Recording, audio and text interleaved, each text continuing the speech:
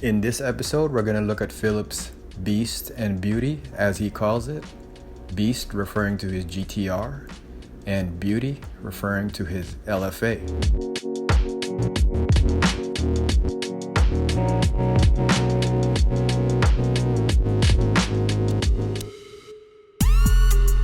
I don't know what you have in your... Yeah, your HKF GT600 kit. There. You know.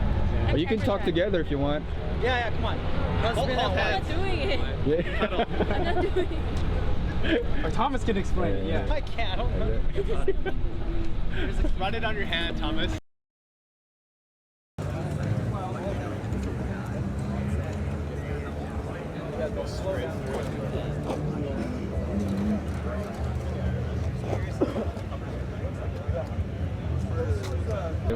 What's your name? Phillip. Phillip, and what car do you have? Lexus LFA, 2012. It's number 475 out of the 500. So, what made you choose this car? There's many cars out there, especially in this price range. Right. There's Lamborghinis, Aventadors, the Ferrari 458. They may do better here and there, but reliability-wise, I know for this car, like the ones from corporate, they've already driven it 30,000 miles, 40,000 miles on the same engine and same transmission, and they drive it hard on the track, and there's bulletproof. So to me, that swayed me to this car.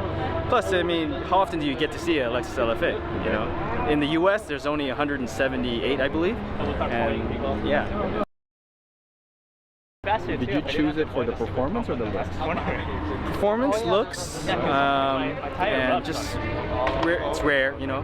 Yeah, it's not as common as a Ferrari. Nothing wrong with Ferrari 458s, but you know, like when you go to meet you, I'm pretty sure you're probably the only Lexus LFA. And performance-wise, it is very good. I mean, I also have the red GTR too, and then that one's modified, so it's more horsepower in this. But for a rear-wheel drive car that can handle like this, it's amazing. So what's the difference between the GTR? GTR, it has a lot of computers. I mean, it has, I think, sensors on each rim that calculates how much power you need on each wheel. This one, I think it may have it, but it's a rear-wheel drive car, so you have to feel a little bit more control. If you don't, you can actually kick the rear tires out. Performance-wise, it's pretty good. It's very good on par. I mean, for a rear-wheel drive car to do what it does, it feels like you're driving an all-wheel drive car, which is kind of weird. Yeah. So what do you like more, the GTR or the LFA?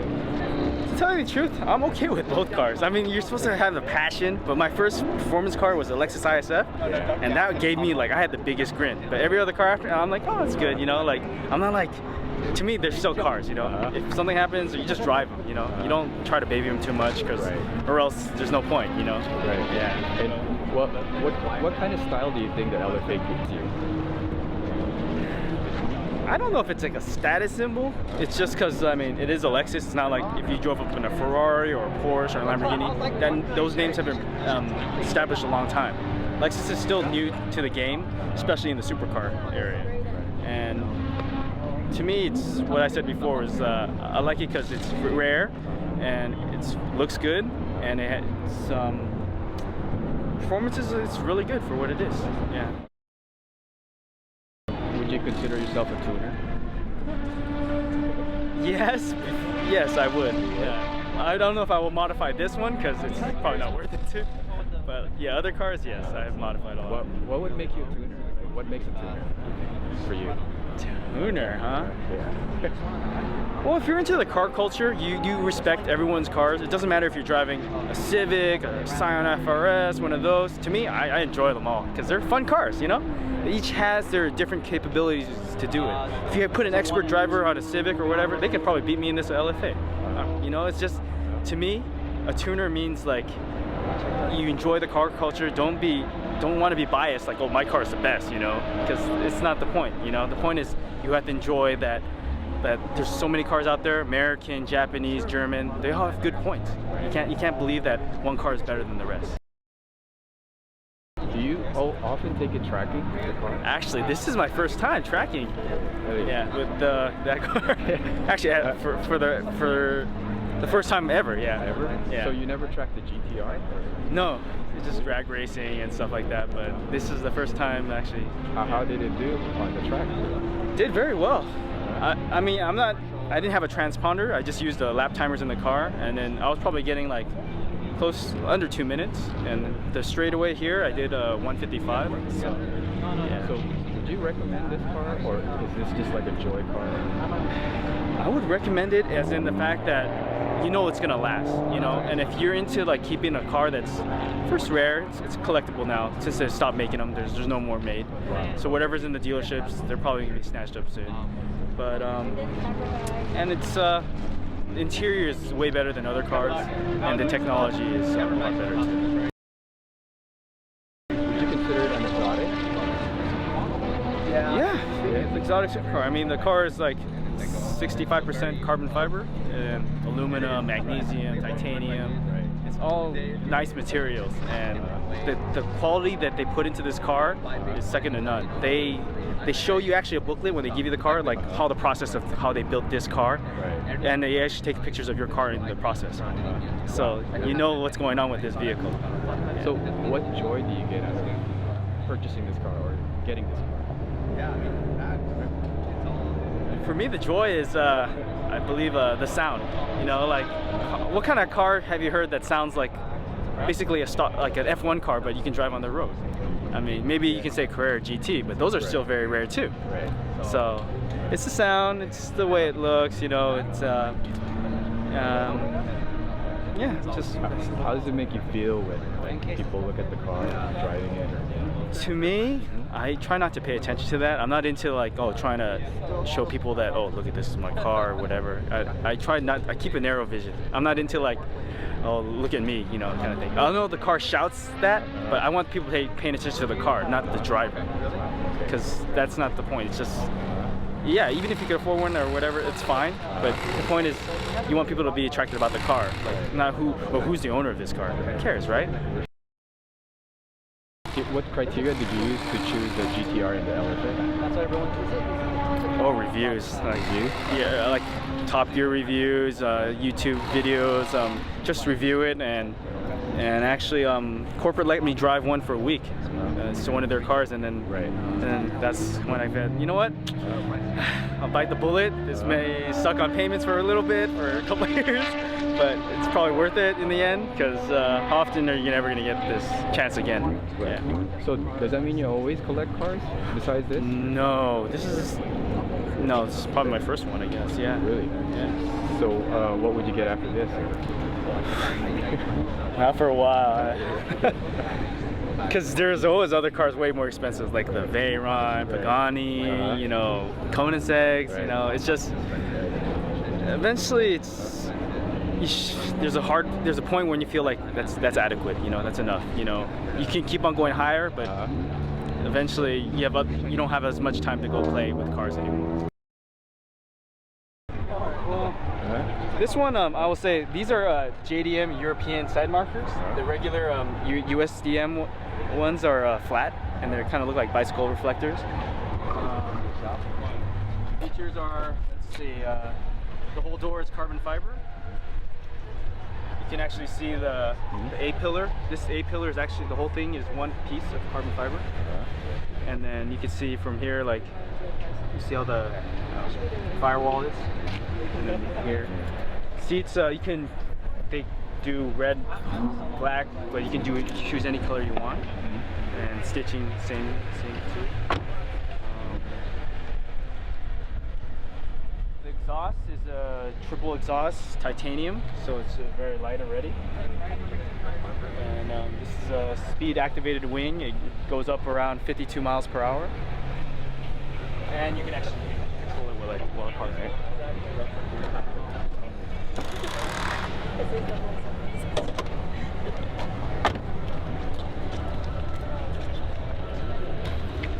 Show you the engine bay. This is a Yamaha tuned or built 4.8 liter V10.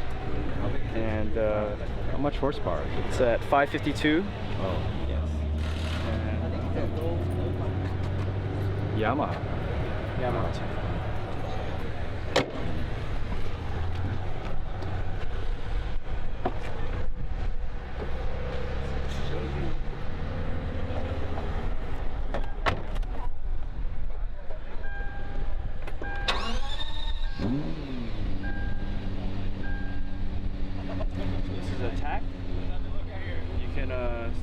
you know, scrolls you can change if you want.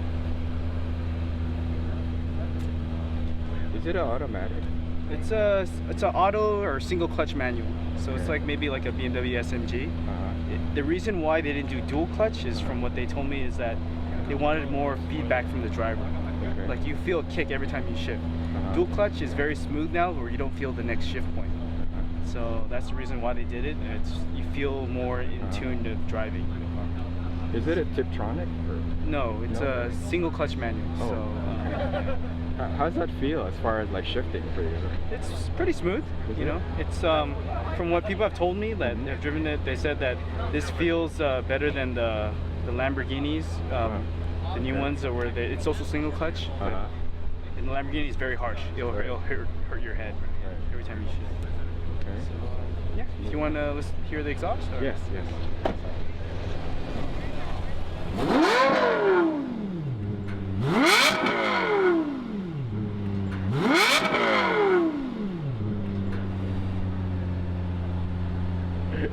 Wow. Wow. Is that loud? Yeah, that's pretty cool. That's good, man. That's amazing. Yeah. All right.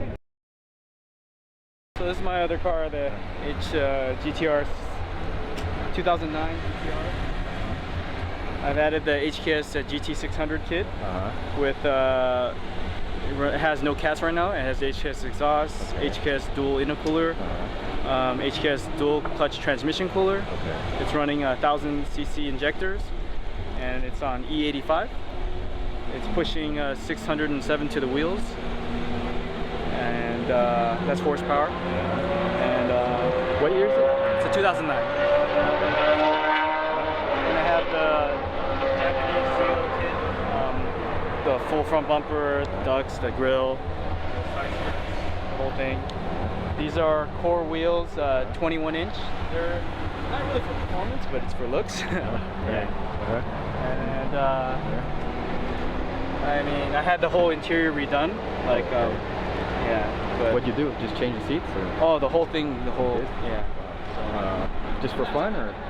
Well, because I always thought the GTR's interior wasn't as good for what you're paying for. Yeah. Like right now, the new GTRs are over 100,000, and the GTR, the interior looks very, you know, plain. Yeah. Okay. So what did you do? Did you add like leather? Or? Yeah, Alcantara. The seats have been redone. You can actually see that stitching. Yeah. And the headliner. Though actually, the whole interior of the car was changed. Oh, okay. Wow. Great. All these parts were all plastic before. It's just wrapped in the Alcantara, same as the side, and the dash. Yeah, those are HKS Legamax TIG welded exhausts. And anything else you added? Or? Huh? Anything else? Or? No, that's about it. That's it? I mean Swift springs. That's what I didn't want to mess with the GTR's active suspension. So which one you like more, the LFA or the GTR? Whatever fits my mood, I guess. Like, So what mood does this fall as far as? this is brute force. Like if you this because it has a lot more power. You know, that one's more showy, I guess. But both cars, they are kind of showy, but it's yeah. You could say one could be a daily, one could be a weekend.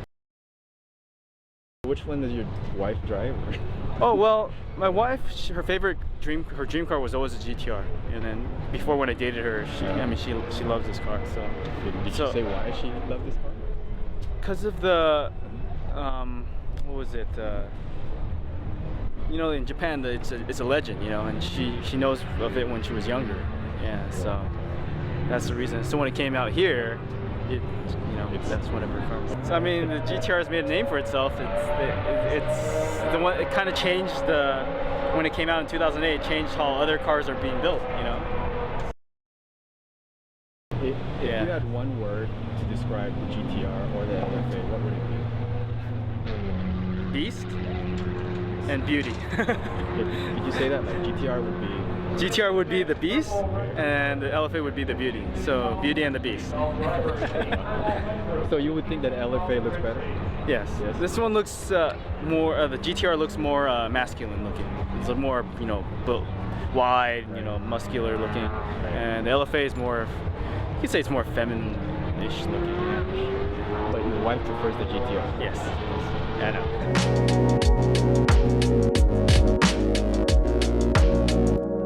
So there you have it. Hope you guys enjoyed this little conversation with Phillip about his GTR and LFA, Beast and Beauty as he calls it. Until next time, drive safe and keep on rolling.